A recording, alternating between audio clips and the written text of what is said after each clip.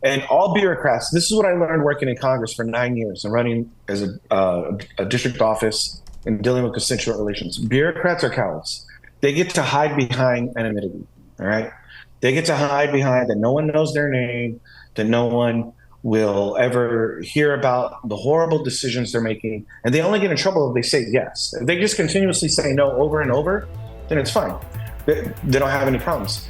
And right now, no one is being fired at the VA. Let's go.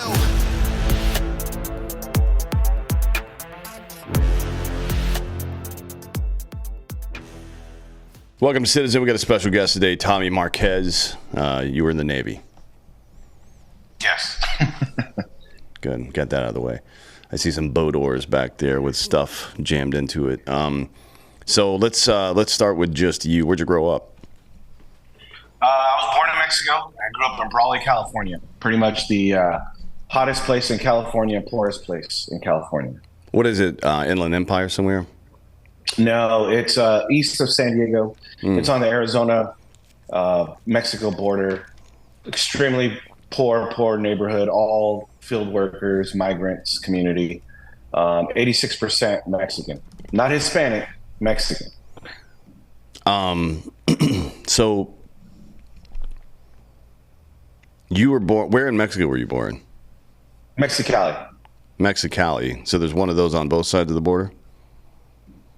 Yeah, Calexico's the border town on the American side. Okay. It is essentially a one big city, kind of like Kansas City in Missouri. Yeah. Kansas. Yeah. How old were you when you moved over here? From what they tell me, I was about 1 year old. So you weren't paying too much attention then, I guess. No. I didn't get legalized with that whole process until I think I was like 4 or 5 or something like that. How did that go? I mean, I guess you probably don't remember that either, but what do you know about that process? I remember it being really difficult for my mother. She was explaining that process. She only spoke broken English at the time. Her English became really good, but she had a really hard time with people making fun of her language. So because of that, my older brothers and sisters, they all speak Spanish and English. Their English is okay. It's pretty good. Most people wouldn't be able to tell. But my mother emphasized on me because she had such a hard time. She didn't want me to speak any Spanish. She refused to speak any Spanish to me so that I would only know English. I wouldn't have an accent. Looking back, she kind of robbed me out of about, I don't know, maybe $4 or $5 extra an hour. Yeah. What are you gonna do? Yeah. You don't get paid in the military for knowing Spanish anyway, so fuck it. No, right? you do not. That was one thing. There's too many of you fuckers running around here now.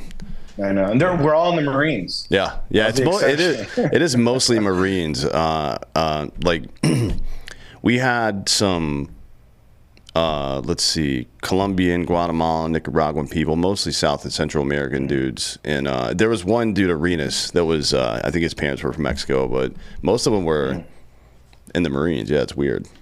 Which it's not that weird. Mexicans, I mean, they're right next to the border, so probably makes more sense actually.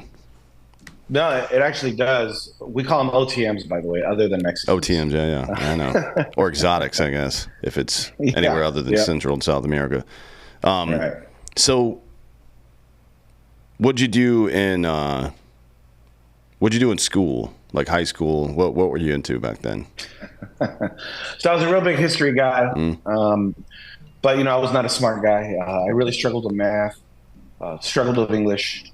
I just had such a wild childhood and things were going so crazy in my life with my family that I did really poor. I actually got held back in the 7th grade. I got suspended about 3 days before school ended and I didn't get to take any of my finals. And I did so poorly, they held me back. And I had to go to a private school in which a bunch of farmer families contributed to putting me into this private school to basically save my life because I got off a horrible path and got kind of lined out. I thought for sure they go into this private school, I'd be the baddest kid there. But there were some really tough white kids. Grew up baling hay. Don't fight kids who bale hay. That's my lesson. Yeah, there's a lot of grip strength. Oh, yeah. Yeah. And they were all wrestlers, too. Just like in my family. So I thought I was going to go there and dominate. No. And what happened after high? Did you join the military right out of high school, or how'd that go? Well, I wanted to be in the Navy since I was 8 years old. I saw a Navy SEAL beat up somebody in my community. They got in a bar fight, beat up two guys, two barachos that were, hassling him at this bar. There's just a lot of Navy SEAL training in Nyland, which is the town next to us. And so I saw that and I thought, oh, shit, that's what I want to do. I want to be able to handle myself. I want to leave this place. And it looks like the Navy's the way to do it. Didn't work out for me. I didn't get to become a Navy SEAL. Got hurt, tore my ACL, MCL, PCL, but I did get to mostly be on the teams when I was in the Navy on the West Coast, and then I was FMF as well. And what would you say? I guess, or I'm sorry, rather, let me rephrase that. Would you say that having experienced some kind of toughness from the guy when you were younger, that was a primary motivator for wanting to join the military? What year was it when you joined, by the way, just out of curiosity? So I joined in 1995. Literally, I had joined the year before, my senior year in high school. I had joined because I was 18 and I was in the delayed entry program. That is, seeing that fight and seeing that gentleman be able to handle himself was everything. I grew up in a highly domestic violent neighborhood. I remember having that, I think I was 13 years old, having a fight with my sister's boyfriend, who was 24 at the time. It was a huge guy. And domestic violence was rampant. And it was a thing where, in our neighborhood, people will literally knock on your door. Hey, your son was talking shit to my son, and he hit him, and he's younger, so you got to fight the older brother now. Yeah. You had to go. I mean, the Mexican neighborhoods, and literally they give you gloves. Some of the families or whatever. We just grew up fighting, and I wanted to be able to handle myself. I wanted to be able to move away from all the domestic violence that was going on around my family. I literally had my cousin across the street from me the 3 months after I left high school, or after I left to the Navy, leaving high school. He blew his brains out at my mom's front door because he was across the street and he had beat up my cousin who he was dating. They called the cops. He held them hostage. He snuck out, and then he ran to my mom's house across the street. And when the cops confronted him, he blew his brains out. So tons of domestic violence. So seeing that guy being able to handle himself, seeing him not care about those, not be scared, I was like, oh, dude, that's how I want to be. And I wanted to get out of Brawley as desperately as I could. So literally at 8 years old, I was like, yeah, I'm joining the Navy as soon as I graduate. I'm getting the hell out of here. Yeah. This place. Yeah, I mean, it's, I guess simultaneously a vehicle to both, well, not both, but to escape, to better yourself as well, and whatever. Right. I think that's the way a lot of people look at the military. Like there's, yeah, go ahead. It was also a huge thing for me not being born in America, and kind of growing up in those neighborhoods where there was, even within the Mexican American community, there was those who were born here and those who weren't. And there was still, at that time, in the 70s and the 80s, this huge pride factor of you were American-born citizen. And you would hear from other Mexicans, oh, you weren't born here, you're a chuntaro, you're all these things. So for me, I wanted to earn my citizenship. I wanted to be an American. I am devoutly proud to be an American. And I wanted to get out there and, like, if I did that, well, then they can't talk shit about me anymore, right? I'm an American then. Mm-hmm. So I wear the uniform. Yeah, that kind of used to be the standard for immigration. I know things are different now. But the standard was pretty much for all of American history that you come here and you adopt Americanism as your, right, your primary identity, and then whatever else is attached to it, that's all the better, right? I mean, but you have to agree on the core tenets of what it means to be an American: liberty, freedom of speech, taking care of other people, shit like that. Otherwise, you can fuck off, right? I mean, that kind of used to be the standard. And the way you talk about it is something I've heard from other, not so much South and Central Americans, but definitely Mexican dudes who are in the military. It's like there's kind of an internal rivalry almost, or not a caste system per se, but definitely a ranking system, but based on what your background is. And I don't mean nothing to do with anybody else other than Mexican dudes, right? It's just all internal. Right. No, absolutely there is. And it's sort of funny to me, when we were growing up, I never really heard this because it was an all Mexican neighborhood. I mean, it's 86% Mexican. My neighbors were black. They were one of like 5 black families in our neighborhood. And that was it, you know, right outside the projects. But I remember the complaint that you would hear on television, and when I first got in the Navy, was the Mexicans were here taking everyone's jobs. And that was the argument, that these immigrants are coming here doing that. Now we look at it, the argument is these guys won't work. They're just here taking all the funds, taking all the resources, which my mother was against. We were never on welfare. My mother was so staunch when she would see somebody flying a Mexican flag, she would say, well, they should go back. They should go back to Mexico, and they should see what it's like. If they think it's so great, why are they here? They could go back anytime they wanted. And it's kind of funny, my mother believes she's a Democrat, but my mom is like a Jocko Willink book before Jocko Willink wrote books, right? She's just hardcore, like, irresponsible for you. You come here with nothing. You work, never take welfare, never take anything from the government. Don't trust the government. I'm like, just kind of grew up in that. So being in the military, and especially in the SEAL teams, made sense. It was like being at home, except everyone was white. Yeah, that's really interesting to me. How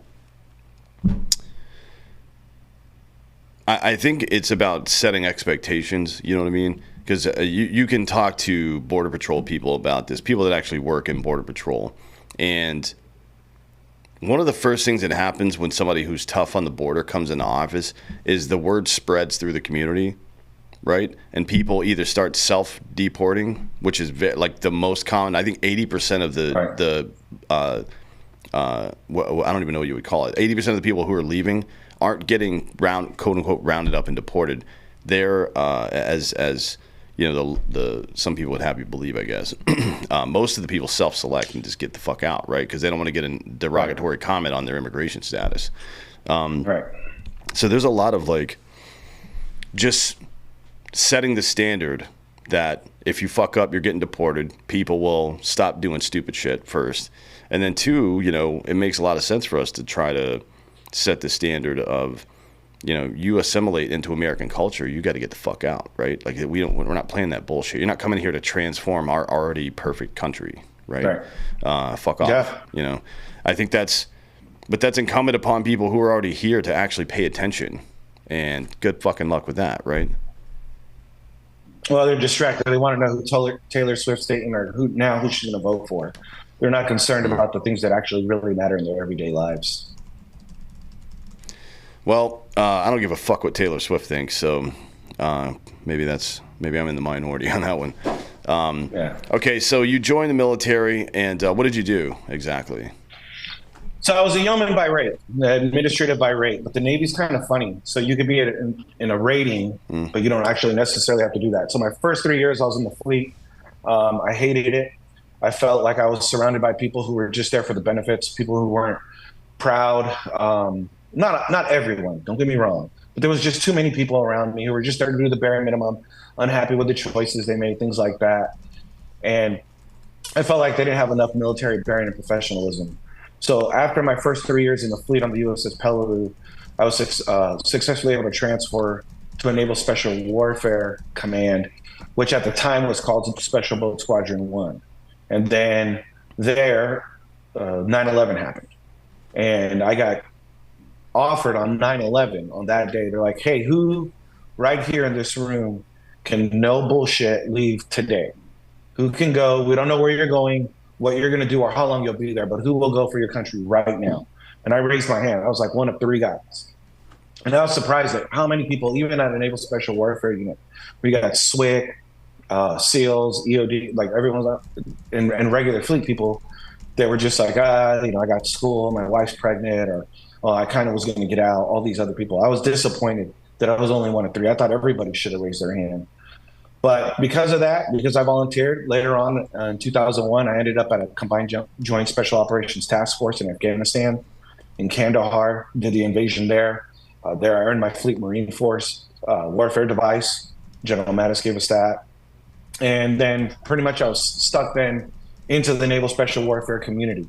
I went to special schools, like at Blackwater, Sear, things like that. I learned how to shoot a weapon and everything like that, which was great.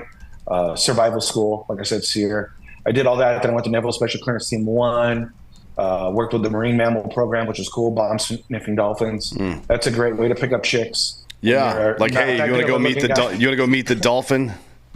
The true story. That's how I met my wife. And it was successful. Oh yeah, absolutely. Tell me more about that. I've never heard this one before. All right, so the Navy, it still actually has a Marine Mammal Program. So it's dolphins, bottlenose dolphins, and seals. Not Navy SEALs, like literally actual seals. Yeah. Wait, how does it? What's the sound again? Exactly. So the SEALs are actually kind of not easy to work with. Well, actually, no, they're very hard to work with. Problematic. Why are they harder to work with? Because they're both pretty smart animals, but are they dicks or what? Yeah, they really are. They do their own thing. They're too independent. Where the bottlenose dolphin, the one thing you got to worry about the bottlenose dolphin, much like the American military member, they like to fuck. And they procreate for pleasure. So they will take off on you occasionally to go get laid and then come back. And we actually lost a dolphin in Norway who took off and went like on a, voyage to go get laid. When he came back, when we found him like a week later, I swear he was smoking a cigarette. Yeah. Makes sense. He was out there tapping it, coming back. But great animals to work with, the dolphins. Really good experience, super cool. Unfortunately, there I got hurt. I had an ACL tear, then I had an MCL tear, then I had a PCL tear. And Navy medicine, while it's free, sometimes you get what you pay for. So just tons of injuries. Couldn't really run. So I ended up getting medically separated with 10 days notice. They're like, hey, you've been in 10 years. We're going to kick you out in 10 days. And I was like, what the fuck? Struggled. And then about a year and a half later, they recalled me. And instead of putting me in like the regular fleet or whatever, they put me back on the SEAL teams at SEAL Team 5, 7, and Naval Special Warfare Group 1. And there I did workups, but I just kept getting injured. Couldn't deploy. Every time I was supposed to go to Iraq, just kept getting injured. My knee was still messed up, tons of arthritis. And then eventually I was separated again. They're like, yeah, your knee's so trash, dude. You're just going to get hurt out there and hurt other people. So that was it. It was basically 12 years in the Navy altogether. I love being in it every minute. But when they're done with you, you can marry the Navy, but the Navy will divorce you real quick.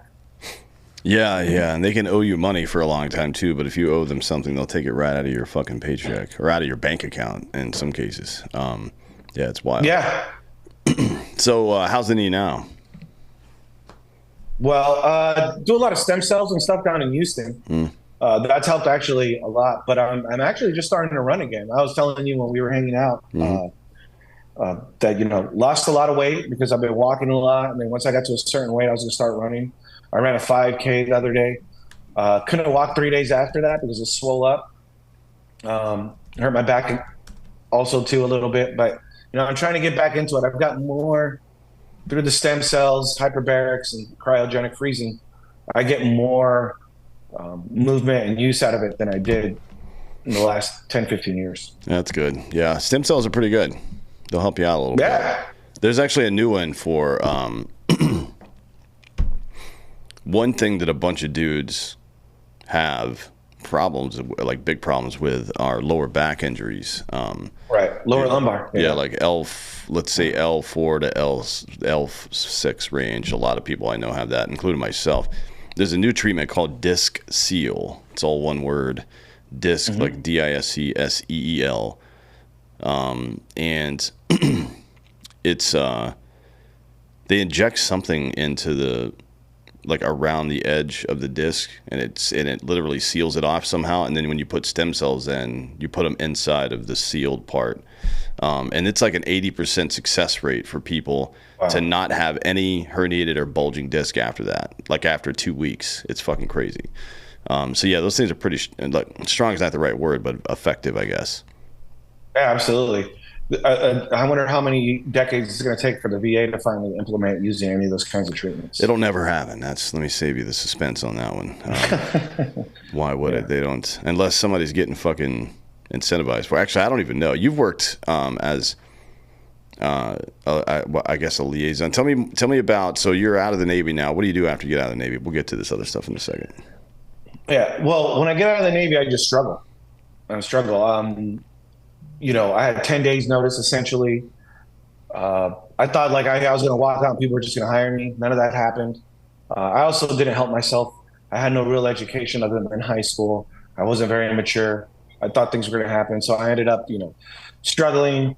I was in a really horrible custody battle, getting custody of my kids. They were in a really bad situation, and I got custody of all three of them. And I was just struggling. I was a plumber. I struggled at that. It's hard to get in those tiny spaces. Your knees all messed up. I was a bug man. Pay was horrible for that. You're up all night. Just bad environment. I ended up actually kind of saved my life. I ended up working with these kids in an after-school program in a preschool, and I taught myself how to get a commercial driver's license. Started driving them around on the school bus, but then I started helping them with their homework, and then I started doing like a care center for them during the summer and on the breaks, where we started doing really cool field trips where I taught them like how to make a fire, how to throw an axe, how to swim, all these things. And the kids ended up loving me. I still communicate with almost all of them. They were all kind of kicked out of their other preschools or after school programs. So they came to us and we ended up becoming like family. It was really cool. But in order to do that, I had to start going to school. So I got into my local community college, and I got my associate's degree there. And I got screwed by the VA on a check for $26. And I was so pissed that I finally went to my congressman about it. And when I went to see him, they actually offered me a job. And I got hired to work in Congress. And what did you do there? Who did you work for, and what did you do there? So I worked for Representative Duncan Hunter, and I started off in the lowest position doing VA casework and military casework. So anyone who came in, they were having trouble with the VA, they were having trouble with the military, whether it was pay, whether they were receiving their benefits, or just kind of through the bureaucracy, whatever it was. I took that information, I would write up a letter, get the congressman to sign it, send it off, get the response from the VA, and then forward it back to the constituent. And that's what about 95% of people who have that position in Congress do. They just forward it. But I would get the responses and I'd be like, well, this is bullshit. And so I would tell the congressman, I'd say, hey, Mr. Hunter, this is the response we got, but this is bullshit. Let me tell you why, if you give me a second. And he would listen and he'd be like, it was a real funny guy, a lot of negative things on him, but they don't know how much he cared about veterans and constituents. He would be like, well, shit, why didn't you go back and tell them that? Go tell them. Don't tell me. Go tell the VA. Tell them this is bullshit. Fix it. And I'd be like, all right. So I would write back a letter saying, hey, thank you for sending your response. However, the Code of Federal Regulations says this, or the rules say this, or, hey, Navy, this is the actual rule on ID cards for divorcees, all base access, whatever. And so then we started building a reputation. I started getting promoted. So then eventually I became the casework director. So I started doing all the casework and overseeing everyone's casework. So military, SBA, all sorts of parts of the government, IRS, everything in the federal government. And then eventually I ended up doing legislation, working on military justice reform, working on cases like Eddie Gallagher's. We were the first office to get involved, and we helped him. He did not get a pardon. I try to explain that to people all the time from Trump. But, we intervened in his case. And we assisted with several individuals getting pardoned, like Clint Lawrence, other people getting paroled, like Derek Miller.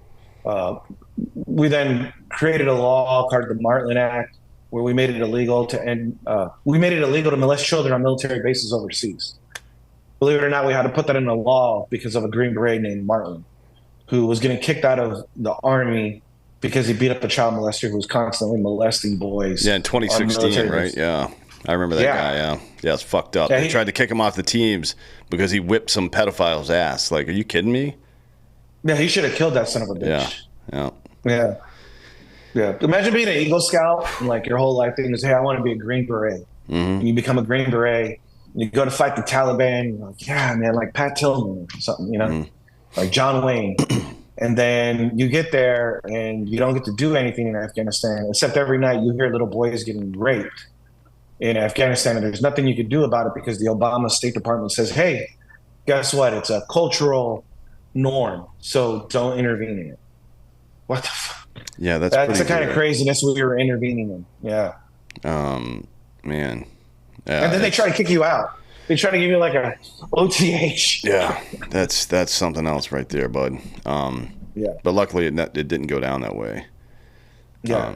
Thanks to you guys. So let me ask you this. As somebody who's, we'll start with the VA, as somebody who's worked around it. We all know the problems with the VA. I think most people have experienced them either first or secondhand.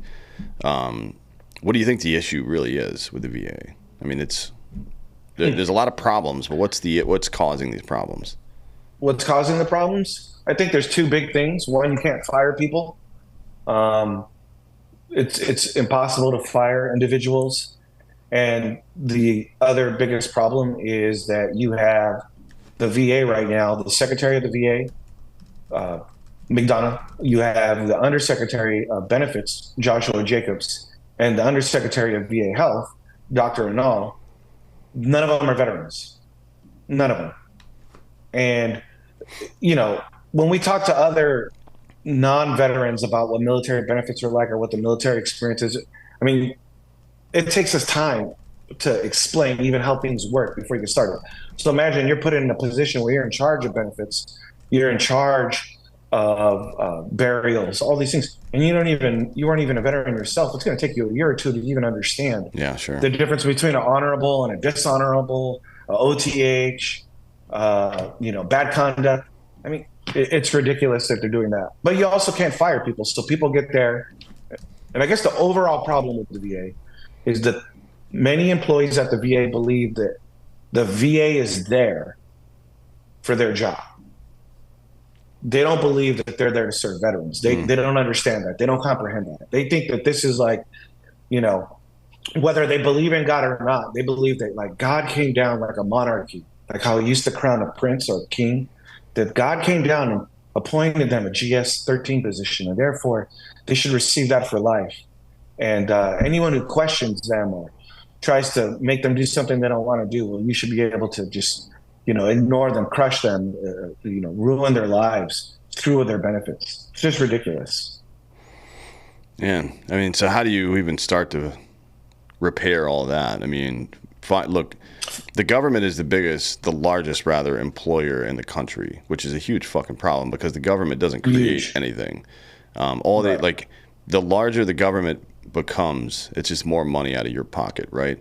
And that would be, to some degree, I think some people find that palatable, provided they're actually doing the shit they're supposed to do. If roads are nice and, people are being taken care of and we're not spending money on foreign countries, shit like that, right? People don't seem to mind so much. But in times like this, it's a little fucked up. I mean, the fact that we're spending I tell this to people all the time. The VA, it doesn't have a funding issue in any sense of the word. They have plenty of money. But then you see people who, like friends of ours, will go 6, 8, 12 months, 18 months sometimes without a proper prosthetic. That's unacceptable. How the fuck is that even possible? In the richest country in the history of the world, we can't get a dude a fucking leg. Yeah. The problem is at a crisis level right now. The VA is the worst it's been that I can remember. And it's worse now than it was under Secretary Shinseki. And a lot of that is because, again, you can't fire people. This is ridiculousness.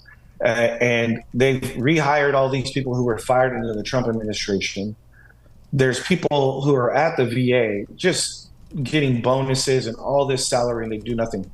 But I think ultimately it's up to us veterans to go in there and complain, to go to our, elected officials and don't vote for somebody, whether they're Republican or Democrat, if they're not actually giving a shit about the VA.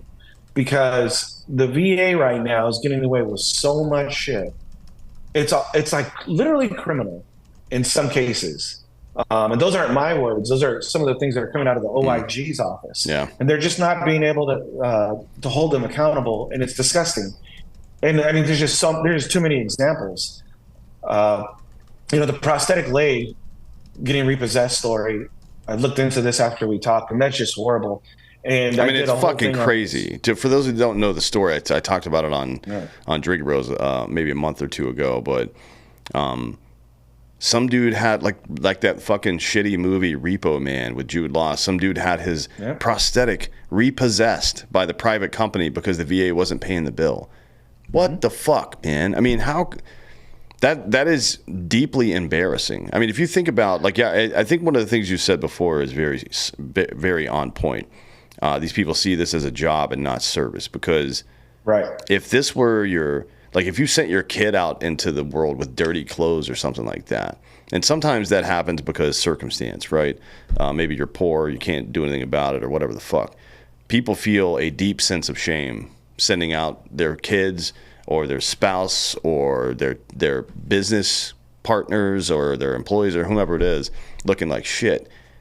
And somehow you're going to let a dude who's wounded in combat get his fucking prosthetic repossessed because you just didn't care enough to pay attention. What the fuck? This guy's still working there, our girl. This individual's still working there, and there's no repercussions. And all bureaucrats, this is what I learned working in Congress for 9 years and running as a district office and dealing with constituent relations. Bureaucrats are cowards.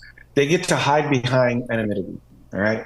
They get to hide behind that no one knows their name, that no one will ever hear about the horrible decisions they're making. And they only get in trouble if they say yes. If they just continuously say no over and over, then it's fine. They don't have any problems. But right now, no one is being fired at the VA. The individual who is responsible for that prosthetic being repossessed should be fired. Mm-hmm. They should never be allowed to come back to the VA. All these individuals who receive bonuses and that were erroneous and not having to pay it back and applying for waivers, they should be fired right away. The suicide prevention coordinator, I just had a meeting with some individuals in Congress, and did you know that they're lying about the numbers on suicide, the VA? Yeah, because I mean, they're not counting like a lot of different stuff. It's more, it's from what I understand, it's something more like 40 to 45 people a day if you include active duty and you include alcohol and drug abuse and shit like that. It's more like 40 to 45 and not the 22 or 17 number. The VA says 17. That's preposterous. No, and I just lost 2 guys in the last month, and both of them suicide. And what's just amazing to me is that the suicide prevention lady, the numbers have gone up. Even when they fudged the numbers have gone up. And she got a $68,000 bonus, all right, that she was not supposed to get, and she received it through the critical skills incentives bonuses that Dr. Anal, the VA Undersecretary for Healthcare, gave to her. And what's amazing about that is she sucks at her job. She should be fired. Right now at the VA, this is something I learned, that the clinicians who are supposed to be helping that work at the VA, they say that about 80% of them have certificates or training in something called evidence-based practices. I'm not a psychologist. I don't pretend to be one. But my understanding of it, because I understand government, is that this is a minimum standard in which people could talk to you, listen to you as, like licensed marriage family therapists. So they have to have either a certificate or training in evidence-based practices. But the reality is the VA is hiring people and their numbers are closer to 30%. So only 30% of them have the minimum standard to actually be helping people. And they're trying to force all sorts of veterans into group therapy because they don't want to send veterans out into the community, because the current administration believes that the VA could be a shining example for a one-payer healthcare system. So they're using veterans as this social experiment in which we could say that, hey, see, it works great at the VA, so we should all go to this. Group therapy does not fucking work. It doesn't. I was in a group therapy with a dude who was missing 2 legs. He was a Marine. 3rd guy in the door in Fallujah. I think the second battle of Fallujah. The first 2 guys were killed. He lost both of his legs, Purple Heart recipient. Then there was a girl who was a victim of an MST that was documented in boot camp, or sexual assault, excuse me. Very fine line. Some people are going to try to beat me up on this. And then there was me. I was like the third worst person who's seen some combat, but you know, my real big thing is that a lot of my friends died. I saw a bunch of shit, but nowhere near like what they had, right? And then the distance between me and the next guy that was in that group therapy was so far apart. They were all people who were either in 9/11, in post 9/11, but never deployed. So they knew of people in boot camp who died. Didn't see them die, didn't kill no one, didn't get sexually assaulted. Or there were people who were in prior to 9/11, they never deployed or never went into combat. But because they saw 9/11 happen, they were, sharing their experiences of how bad it is. And I'm not trying to disparage those people. I mean, you could legitimately maybe, have those problems. But I was like, man, after hearing the guy tell his story about his legs being blown off, and then the girl about being sexually assaulted and going through the trial, I was like, well, I got hurt. I felt bad. Like, yeah. I don't know. Well, it does speak to a larger mental health crisis that's going on, not just amongst veteran folk, but in America more broadly speaking, because to your point, I think of active duty suicides, something like 40% of them are people who are never deployed, right? Right. And it's the fastest growing contingent right now in of all the buckets you can put vet military suicides into. The fastest growing one right now is active duty people who have never deployed, right? So it is entirely possible, if not probable, if not an absolute certainty, that there is something going on outside of what we're talking about. Like we tend to have this idea that the of post-traumatic stress being, somebody who's watched a friend die in front of them and now they can't shake the idea, or they killed somebody and they can't shake the idea. And for the most part, that's not what it is. And I would say maybe that was the case a long, long time ago, but now it seems like, and you could watch these rates of increase and decline as well, as the overall testosterone in men has decreased. The amount of male suicide has increased, right? And it's not shocking. And I think the things that the things we're exposed to in the 21st century, late 20th, 21st century, that fuck with your hormone regulation, heavy metals, toxic exposure, head injuries and shit, are far more common amongst people who have served in the military, even if they haven't deployed yet. Just in training, you're going to get diesel gas, you're going to get weird burning shit, you're going to fall and bump your head a lot. So there's going to be, it makes a lot of sense that this would be going on, but I think it is misdiagnosed as post-traumatic stress disorder. I don't think that's what it is. Right. Most of the people I know, including myself, who've had these issues, I'm talking about just men, have had super low testosterone, low IGF-1, all of these fucking things.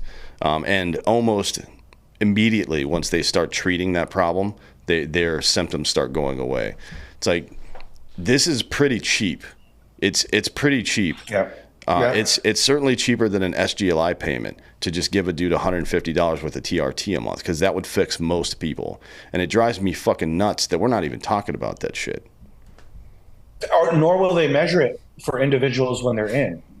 I see a lot of guys who are like, well, you're in the normal range, but this guy was a Navy SEAL or a Green Beret or an Army Ranger, whatever it may be, and their testosterone is not measured when they're in. I like to see what it is comparatively from when they were in, even in their late 20s, early 30s, versus when they're out, so that it could be documented. We check everyone's teeth when you get in. The Navy, they literally pulled us out of Afghanistan. Several of us at a time to get our teeth cleaned. In the Navy and Marine Corps, they must get paid like by the tooth. I swear to God, they're going to clean your teeth. And when you get in, they make sure you got your shots. They document your teeth really, really well. And you get a hearing exam, and you get it at the end. But nowhere along the way do they check for your testosterone levels, your brain function, CTE, any of those things. They don't check it anywhere along the way until afterwards, until you show all these other symptoms, and then the VA will, maybe, if you're lucky, the VA will be like, hey, maybe we ought to look to see if you have CTE. But they don't even like to look at it because they're like, well, we can't really test for it until you're dead. Yeah. Yeah. Well, there's actually a new way to do it where you can tell, Yeah. luckily. But again, No, yeah, I'm familiar with that. That started in San Diego, and that's a really good thing. yeah. But it's going to take years for the VA to get up on that. Which is interesting again, because the VA, not the VA, but active duty, there was one Army colonel, I think he was at Benning first and then he was at Bragg, who pretty much pioneered the fucking LASIK eye surgery thing back in the early 2000s. And I remember, like, by the time I went, I got mine done in early 2009, I think in January, or maybe it was early February, I don't remember, but it was a buttoned up process at that point. Like, they had you, you were in and out quick, and the prep was easy, and you were back on normal duty within, like, I don't know, 2 weeks maybe. Right. And with perfect vision. Right. They were able to do that pretty easily, to be honest, with just one dude who was leading the charge. I don't know who the guy is, though, inside of the current U.S. military infrastructure who's pushing, like, CTE. The people who study CTE are mostly older doctors, right, who are in private practice. I mean, the guy who, from the movie Concussion, he's actually out at UC Davis working in their medical department now.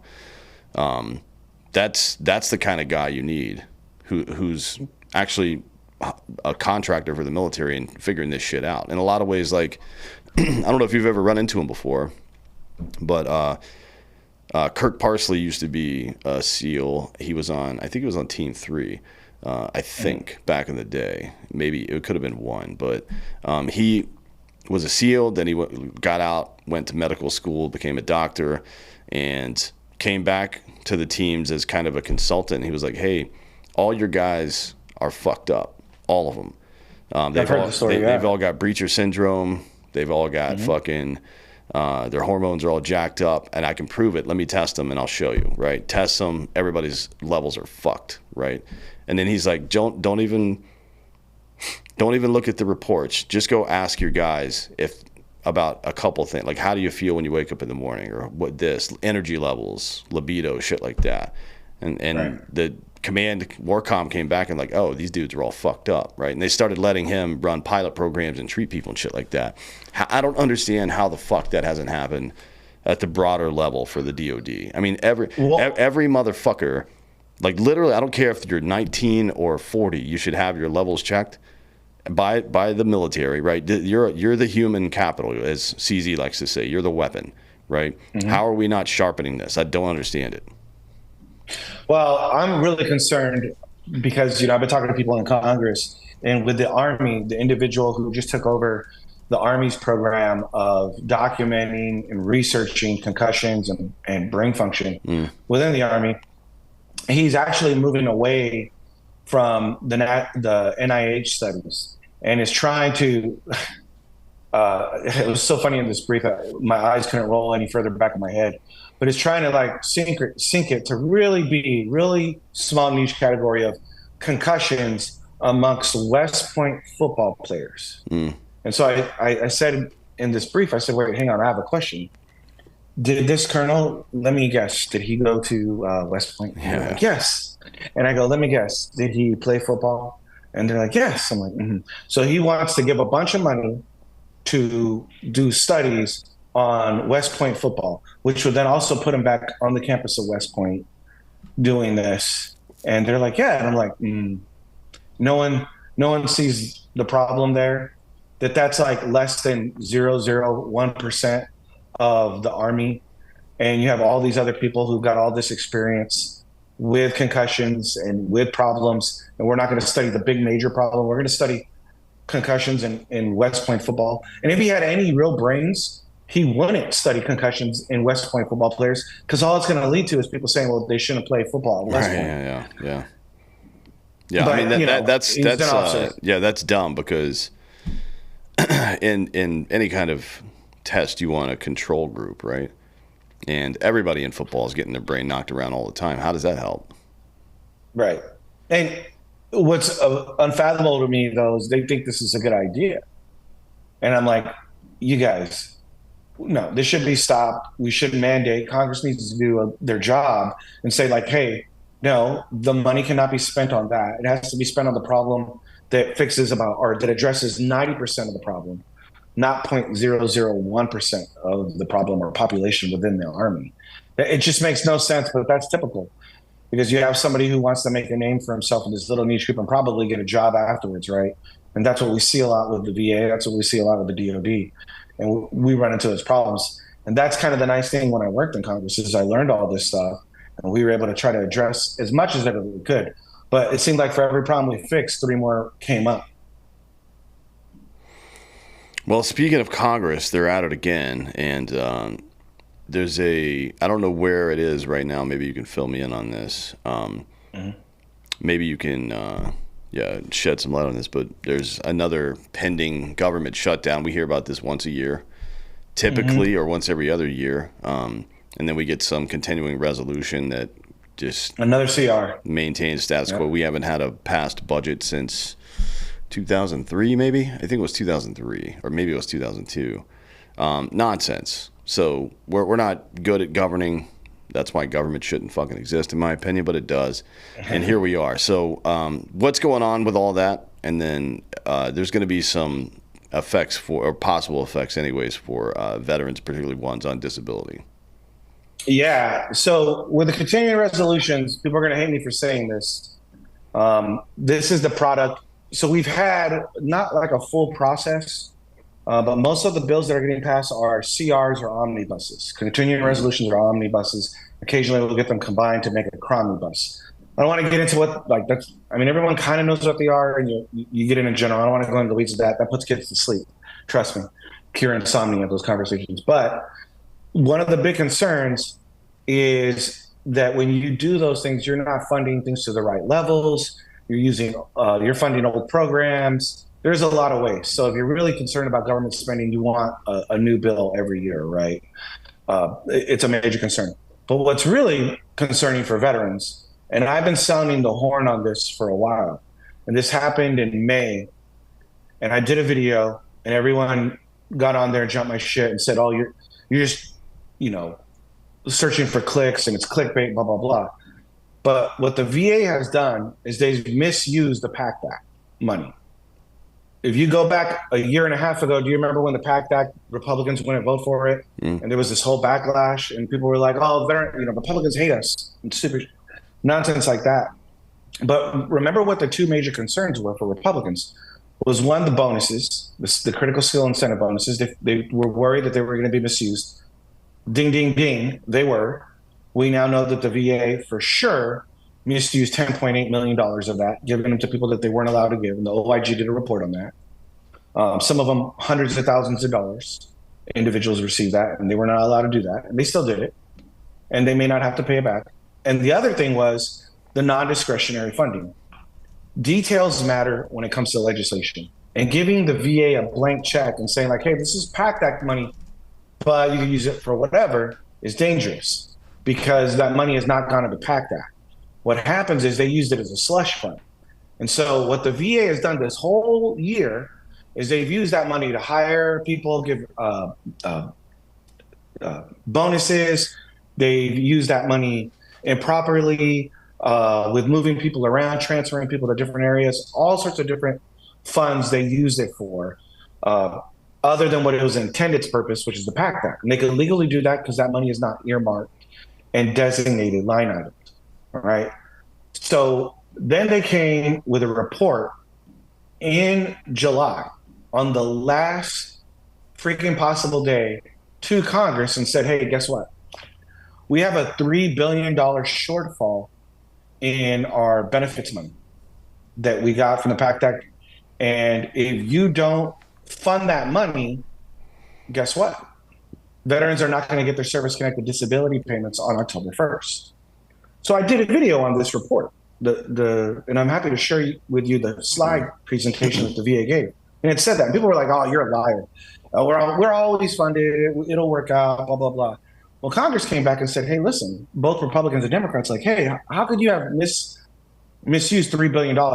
And also on healthcare side, you misused $12.8 million. So altogether, there's a $15 billion shortfall, and veterans are not able to get outside community care. What's going on? And they said, well, it's because of the PACT Act. But then we found out that it's simply not true. VA service-connected disability money is actually being paid less this year than last year. They just misspent that money giving themselves raises, bonuses, transferring, like I said, all sorts of other felonious things that the money was not intended for. Wait, how is it possible that we're spending less this year than last year on VA disability? Well, it's a really complicated angle, but essentially, remember they correct veterans for who've passed. There's a million things that go in there. Veterans die. Some veterans get reductions.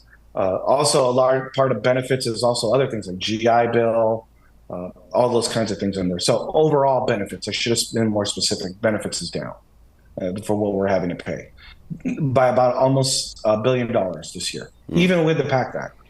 Right. And by the way, the PACT Act, am I the only one hearing that they're not really approving people? They're denying them. They're giving real low percentages. They're approving at a really low percentage rate, which is also problematic. But essentially, I put out a video. I tell this to people. I go on Newsmax. I go on Carl Higby's show. I call Fox. I call CNN. I call NBC. Newsmax's the only person to put me on.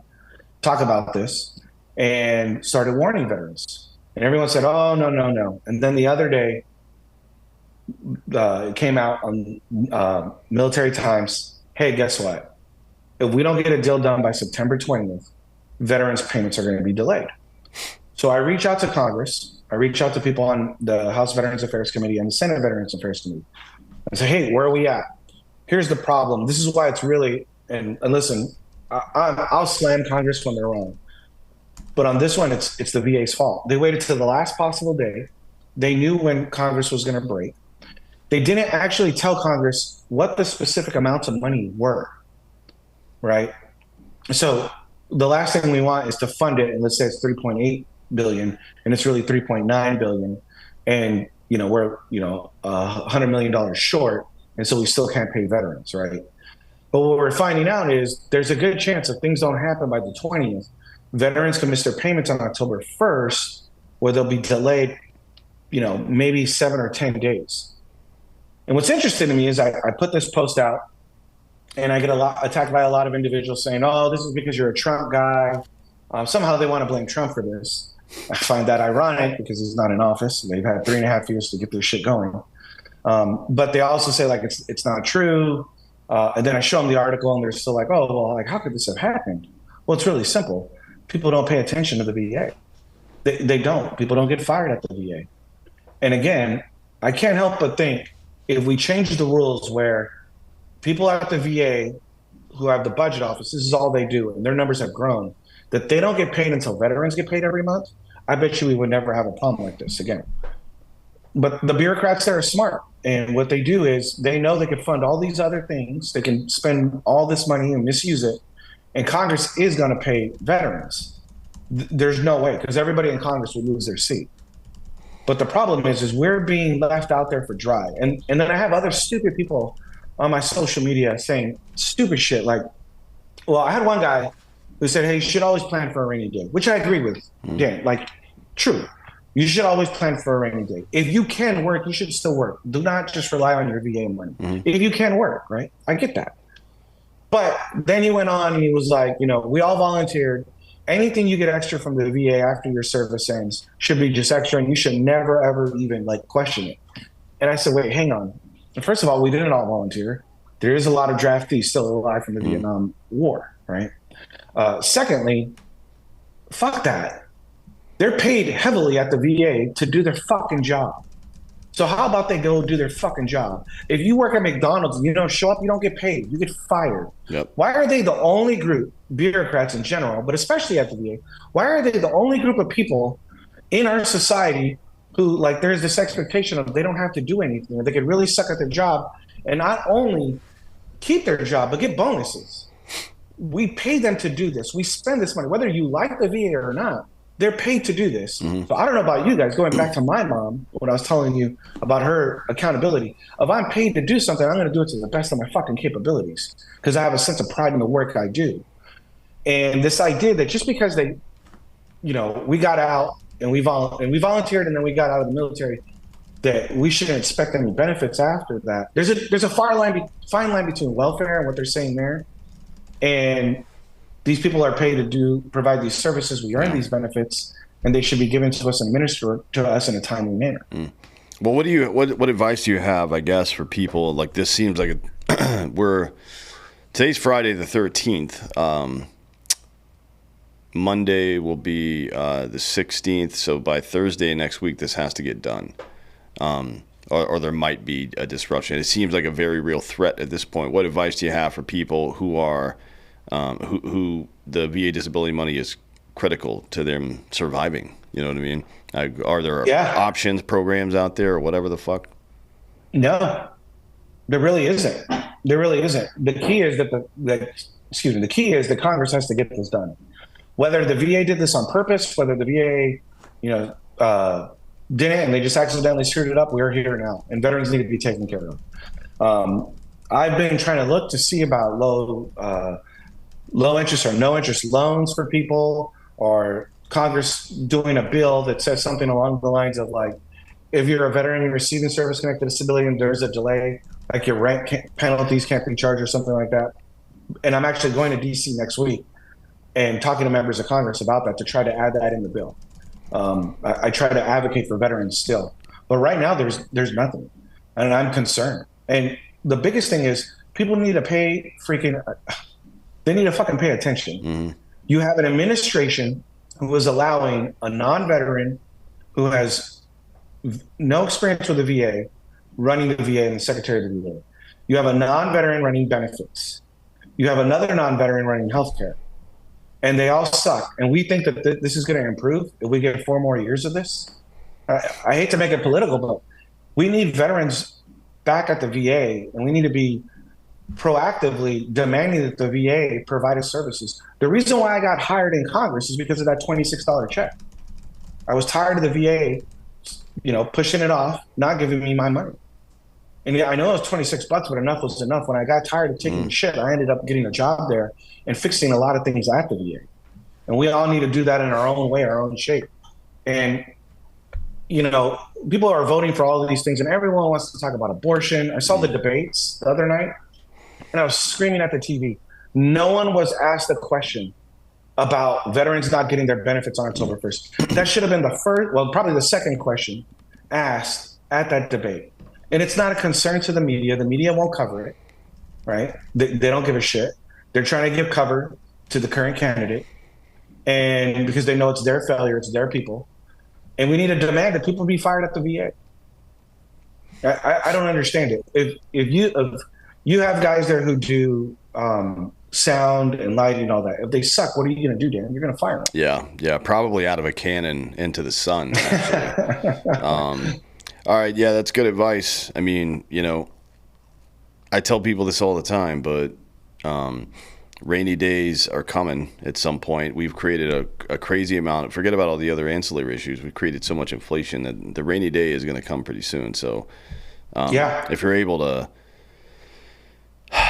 to stockpile something, maybe look into it. But if you need help, we'll find a way to help.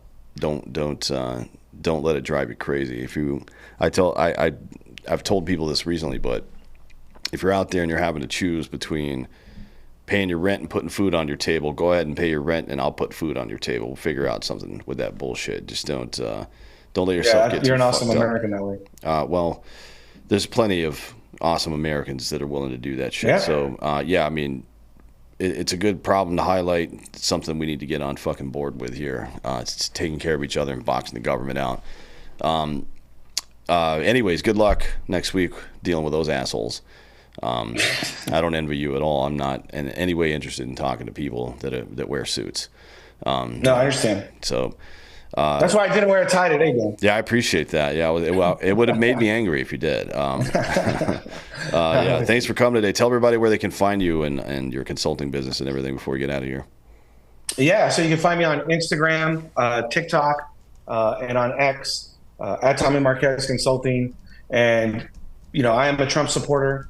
And you can also find me on veteransfortrump2024.com. I put out all this kind of information, tons of free videos. I don't ever do one-on-one consulting for VA claims, but on my TikTok, I've got over 150 videos on explaining the VA process, how to apply for claims, what to say during claims, what not to say during claims, what you're entitled to. It's all there at Veterans for Trump 2024 on TikTok. Hundreds of videos where you get information on your benefits and, tons of discounts, deals, and everything like that on TikTok. Sweet. Awesome. Good intel. All right. Well, thanks for coming today, man. I appreciate the time. Thank you for having me. Appreciate it, Dan. Anytime. And thank you all for listening to This Is Citizen.